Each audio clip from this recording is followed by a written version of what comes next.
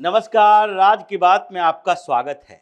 जितना ममता बनर्जी चुनाव आयोग से टकराव मोल ले रही है, उतनी ही चुनाव आयोग के एक्शन से परेशानियां भी बढ़ रही है। ममता बनर्जी की पार्टी में अब ये चलने लगा है कि अब तो कम से कम चुनाव आयोग को छोड़ दो, और जितना छेड़ोगे उतना ही चुनाव आयोग का एक्शन बढ़ेगा, उसके अंकुश बढ़ेंगे। और अब तो ऐसी स्थिति पैदा हो गई है कि चुनाव आयोग ने सीधे ममता बनर्जी को चैलेंज किया कि इस बार किसी भी पैतरे का जवाब हमारे पास है। अभी जो चुनाव होंगे वो भय मुक्त चुनाव होंगे, हिंसा मुक्त चुनाव होंगे, और इस बार कोई भी बूथ पर ये कैप्चरिंग नहीं हो सकता, किसी बूथ पर हंगामा नहीं कर सकते। और अगर ऐसा करने की कोशिश की तो फिर जितनी संभावना थोड़ी बहुत है वो भी संभावनाओं पर पानी फेरने की तैयारी है। इसलिए ममता बनर्जी की परेशानी ऐसी बढ़ी कि जितनी बार टकराव होती है, जितनी बार ये चुनाव आयोग पर आरोप लगाते हैं, जितनी बार डेलीगेशन भेजते हैं, चिट्ठियां लिखकर भेजते हैं, उतनी ही बार चुनाव आयोग इनके खिलाफ एक्शन ले लेती है। इस बीच जब ममता बनर्जी के 4 सांसद डेलीगेशन के साथ चले गए चुनाव आयोग के दफ्तर में, चारों सांसदों ने चुनाव आयोग को कटघरे में खड़ा करने की कोशिश की, मुख्य चुनाव आयुक्त के खिलाफ ऐसी अभद्र भाषा का उपयोग किया जिसके कारण 7 मिनट की मीटिंग में ही इन्हें बाहर कर दिया गया। लेकिन उसके बाद क्या हुआ?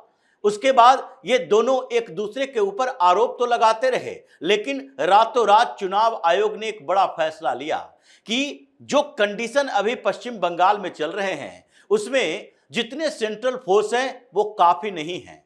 अभी कम से कम ये इंडिकेट करना चाहिए कि कुछ और बढ़ेगा, और फिर उसके बाद ये संकेत भी दिया जाना चाहिए कि ये इतनी ही नहीं रहेगी, कुछ और बढ़ने के बावजूद भी और भी संख्या बढ़ाई जाएगी। यानी 85,000 बूथ जो हैं, जिसमें चुनाव आयोग ने तय किया था कि 1200 से ज्यादा किसी बूथ पर वोटर नहीं हो सकते।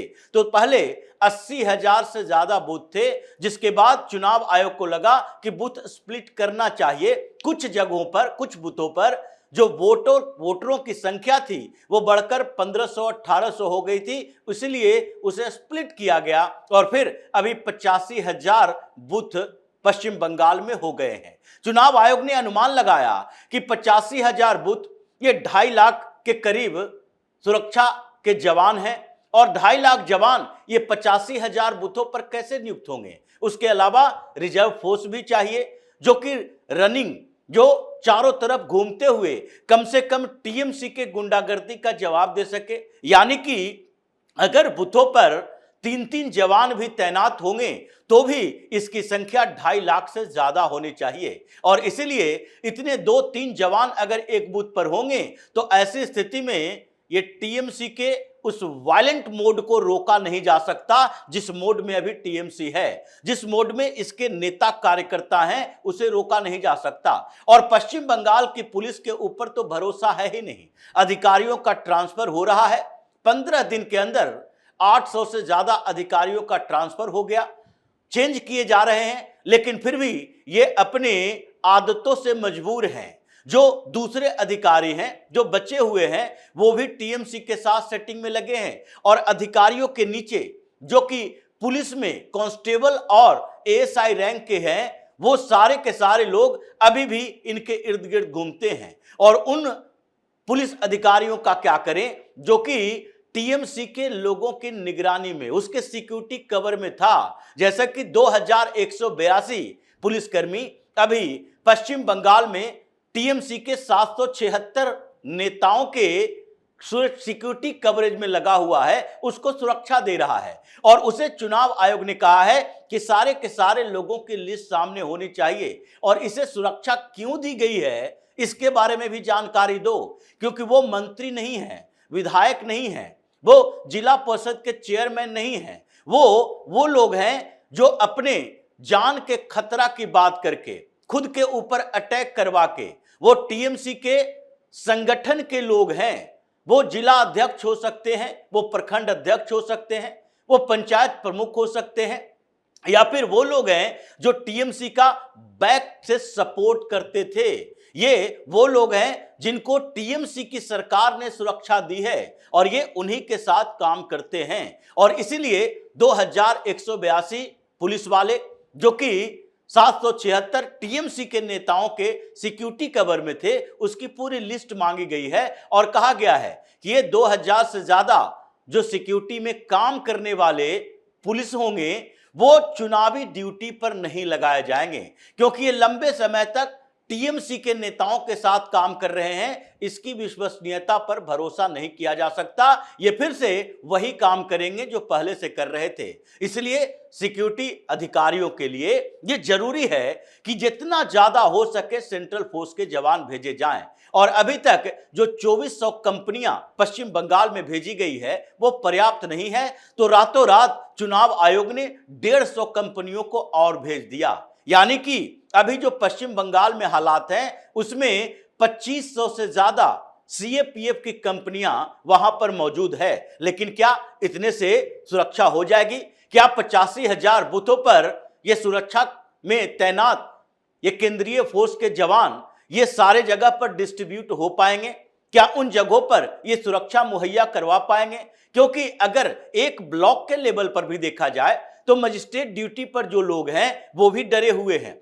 उनको भी लगता है कि जब इस पश्चिम बंगाल में जजों को नहीं छोड़ा जा सकता, उनको हाईजैक कर लिया जा सकता है, होस्टेज बनाया जा सकता है, जब वहां पर बीडीओ के ऑफिस में तोड़फोड़ किया जा सकता है, जब डीएम के ऊपर हमला किया जा सकता है, चुनाव आयोग के अधिकारियों को नहीं छोड़ा जा सकता, तो मजिस्ट्रेट ड्यूटी में हो या पोलिंग स्टेशन पर ये जो नियुक्त अधिकारी हों, उन लोगों को भी भरोसा नहीं होगा कि पश्चिम बंगाल की पुलिस उनकी सुरक्षा कर पाएगी। इसलिए उनकी भी डिमांड है कि हमारे इर्द गिर्द भी सीआरपीएफ के जवान हों, सीआईएसएफ के जवान हों, एसएसबी के जवान हों, यानी केंद्रीय सुरक्षा बल होना चाहिए, केंद्र सेंट्रल फोर्स होने चाहिए। और इसलिए चुनाव आयोग के पास ये डिमांड आया है। तो ये देखा जा रहा है कि ये 2535-50 कंपनियों से कुछ नहीं होने वाला है। ये 3 लाख के करीब जो सेंट्रल फोर्स के जवान होंगे वो बूथों के मैनेजमेंट में ही व्यस्त हो जाएंगे। फिर इन लोगों की सुरक्षा कैसे हो पाएगी? इसलिए अभी 150 कंपनियां भेजी गई है।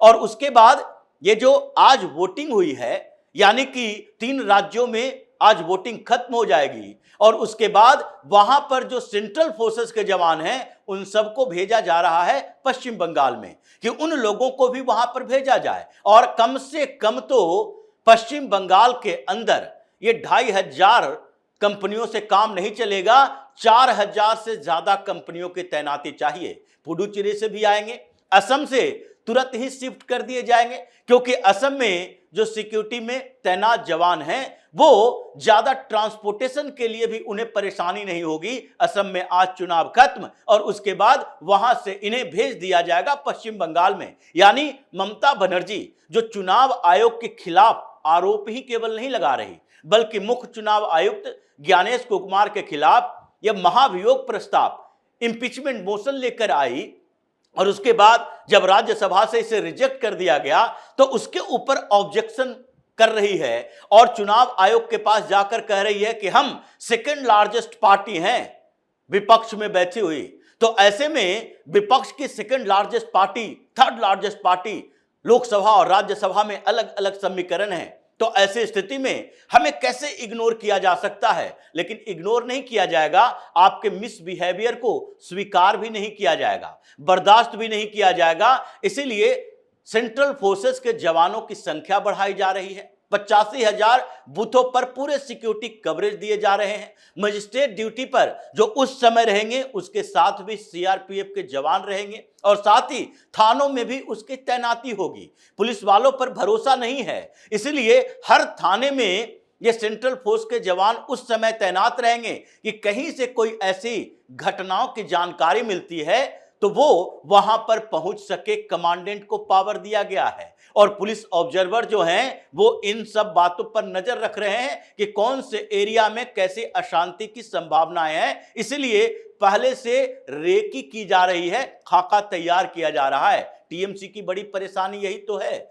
कि अभी 12% से ज्यादा वोट तो चले गए जो कि एसआईआर की प्रक्रिया से कटे हैं। ये फर्जी वोटिंग जो टीएमसी करवाया करती थी। कोलकाता में ही, साउथ कोलकाता, नॉर्थ कोलकाता, 14 विधानसभा क्षेत्र, और वहां पर ममता बनर्जी सारी की सारी सीटें लेकर आई थी। अभी पूरे कोलकाता में 14 विधानसभा क्षेत्रों में 6 लाख वोट काट दिए गए, और 6 लाख के जो फर्जी वोटर थे ये ममता बनर्जी को वोट देते थे। यही वजह थी कि भारतीय जनता पार्टी जो पिछले चुनाव में सारे 14 सीटों पर सेकंड नंबर की पार्टी, लेकिन मार्जिन कितना था 14 सीटों को मिलाकर 6,08,000, और इस बार 6 लाख से ज्यादा वोट काट दिए गए जो फर्जी वोट थे। इसलिए ममता बनर्जी की पार्टी कोलकाता के 14 सीटों पर आराम से जीत दर्ज कर लेती थी इसी फर्जी वोटिंग के कारण। और अब चिल्ला रही है कि नहीं नहीं, ये सारे वोट जो थे ओरिजिनल वोट काटे गए हैं। यही तो कोलकाता में और भवानीपुर में